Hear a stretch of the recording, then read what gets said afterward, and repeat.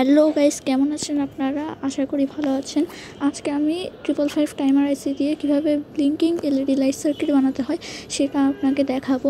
এটাকে পালসও বলে। যাই হোক, এই যে আপনারা দেখতে পাচ্ছেন খুব ভালোভাবে কাজ করছে। প্রথমে আপনাদের লাগবে এই যে 555 টাইমার আইসি।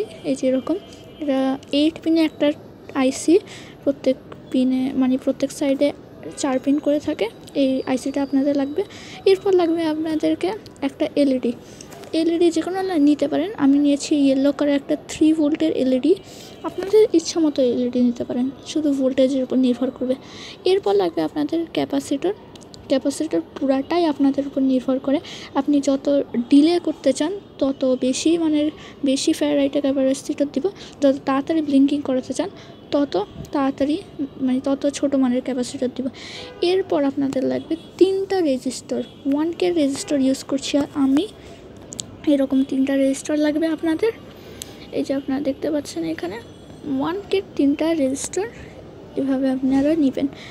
এরপরে ব্রেডবোর্ডের মধ্যে আইসিটি আপনারা এভাবে সামনাসামনিভাবে দিবেন। আইসিটির সামনে একটা গর্ত থাকে, ওই গর্তটা আপনার সামনা বরাবর থাকবে, আইসিটির সামনে একটা গর্ত থাকে, ওইটা দেখে আপনি বুঝবেন কোনটা সামনে।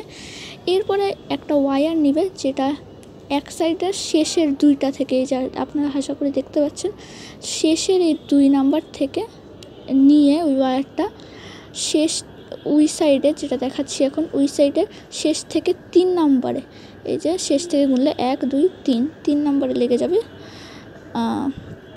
এই যে শেষ থেকে 2 নাম্বার, ওইখানে শেষ থেকে 3 নাম্বার, এই যে আপনারা দেখতে পাচ্ছেন। এরপর আমরা আরেকটা ওয়্যার নিব, যেটা একদম প্রথমের যেই পিনটা আছে সেই পিনটার সাথে নেগেটিভকে কানেক্ট হবে। সেই পিনটার সাথে আপনারা দেখতে পাচ্ছেন নেগেটিভ কানেক্ট হয়েছে, এভাবে লেগে থাকবে। এরপর আর ব্যাকগ্রাউন্ড নয়েজটা একটু ইগনোর করবেন। এই যে আপনারা দেখতে পাচ্ছেন নেগেটিভের সাথে প্রথম ওয়্যারটা লেগে আছে।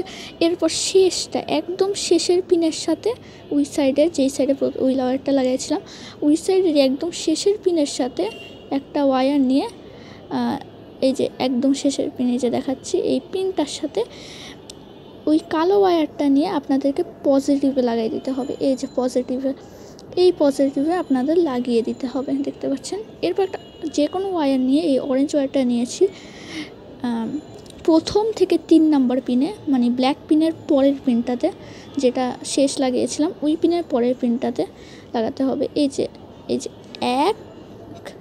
1 2 3, এই 3 নম্বরের পিনটাতে আপনারা এইভাবে লাগিয়ে দিবেন। আপনাদের যত ভালোভাবে দেখাতে পারছি তত ভালোভাবে দেখানোর চেষ্টা করছি। এই যে দেখেন, এই যে উঠাই দিলাম ব্ল্যাক পিনটা দেখানোর জন্য। এই যে এবার এই অরেঞ্জ ওয়্যারটা নিয়ে আমি সেটা ব্রেডবোর্ডের যে কোনো জায়গায় অন্য সার্কিটের সাথে ইন্টারফেয়ার না করে লাগাই দিব। এরপর একটা 1K রেজিস্টার নিব, 3টা আমরা সিলেক্ট করছিলাম ওইটা থেকে একটা, ওইরকম 1K রেজিস্টার নিয়ে এইভাবে ব্রেডবোর্ডের যে কোনো জায়গায় লাগিয়ে দিব, যাতে এলইডিটা লাগাতে পারি। তারপর এলইডির পজিটিভ লেগটা, লম্বা লেগটা রেজিস্টরের সাথে যাবে। এই যে এলইডির পজিটিভ লেগটা রেজিস্টরের সাথে যাবে, আর নেগেটিভ লেগটা তো নেগেটিভের সাথে কানেক্ট হয়ে যাবে। খুবই সিম্পল, এই যে আপনারা দেখতে পাচ্ছেন। এরপরে আমরা কি করব, এরপরে আমরা একটা ক্যাপাসিটর না রেজিস্টর নিব। রেজিস্টর প্রথম পিন, এই যে একদম সামনের প্রথম পিনটার সাথে 2য় নাম্বারের পরের পিনটা কানেক্ট করাবে। এই যে 2য় নাম্বার, এই 2য় নাম্বার পিনের সাথে কানেক্ট হয়েছে, প্রথমটার সাথে 2য়, ঠিক আছে, এভাবে কানেক্ট হয়ে যাবে। ইয়েলো ওয়্যারের পরের পিনটার সাথে প্রথম আর 2য়। এই যে আশা করি আপনারা দেখতে পাচ্ছেন, ক্যামেরাটা ফোকাস হয় না, সেই জন্য একটু ঝামেলা হয়। যাই হোক, এবার আমরা এখানে আরেকটা রেজিস্টর নিব। রেজিস্টর ওই যে 2য় পিনটার সাথে ইয়েলো ওয়্যারটাকে কানেক্ট করে দেবো, অর্থাৎ 2য় পিন আর 3য় পিন কানেক্ট করে দিব। এইভাবে অনেকটা 2য় পিন আর 3য় পিন কানেক্ট করে দেবো। আপনাদেরকে যত ভালোভাবে বুঝাতে পারছি আর দেখাতে পারছি তত ভালোভাবে দেখাচ্ছি আমি। এই যে আপনারা দেখতে পাচ্ছেন ক্যামেরাটা ফোকাস হয় না, এটা একটু সমস্যা করে। যাই হোক, এরপর আমরা নিব ক্যাপাসিটর এখন অনেক কাজে এসে আছে। ক্যাপাসিটর লাগানোর পরে শেষ না। ক্যাপাসিটর নিয়ে ওই ইয়েলো পিনে ক্যাপাসিটরের পজিটিভ লেগ আর নেগেটিভটা নেগেটিভে লাগিয়ে দিব। ইয়েলো পিনে ক্যাপাসিটরের পজিটিভ লেগ আর মানে নেগেটিভটা নেগেটিভে। তারপর এইভাবে দুইটা ওয়্যার লাগিয়ে দিয়েছি ব্রেডবোর্ডের মধ্যে, যাতে সব জায়গায় কারেন্টটা ফ্লো হয়, যাতে সার্কিটটা কাজ করে। এটা তো যাতে ভুলে না যান সেজন্য রিমাইন্ড করে দিলাম। এটার পরে আমাদের কাজ শেষ হয়ে যাবে বলতে গেলে। এই যে দেখেন, আমরা এবার একটা ওয়্যার নিব।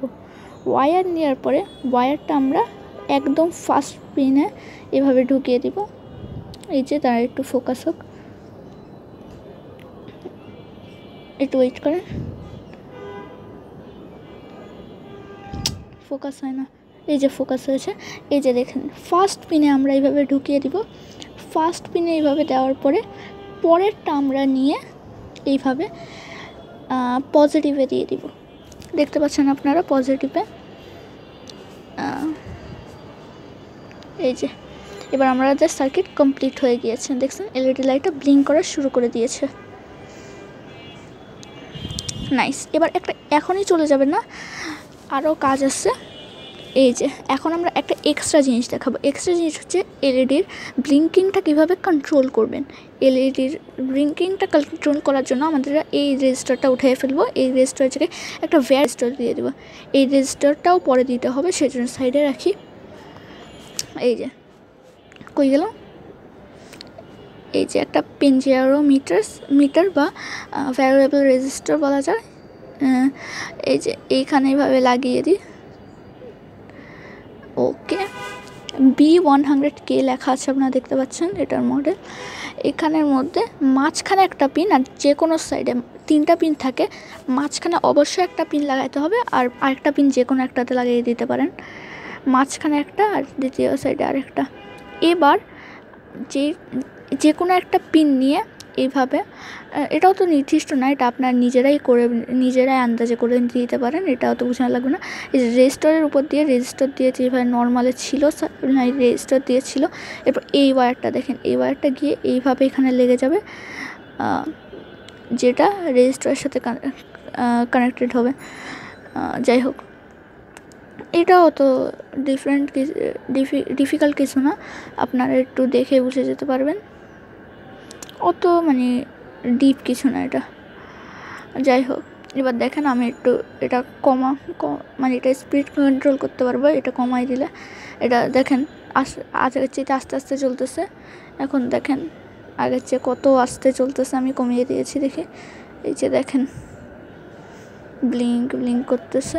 এখন একদম কমিয়ে দিই। এখন দেখেন অনেক টাইম নিচ্ছে, এখন কমিয়ে দিতে থাকি। এখন দেখেন কত টাইম নিচ্ছে, এখন তো কতক্ষণ লাগছে। এই যে দেখেন এখন ব্লিঙ্ক শুরু হয়েছে। যাই হোক, অনেক টাইম লাগতেছে। ভ্যারিয়েবল রেজিস্টারটা অনেক কাজের জিনিস। এখানে আমরা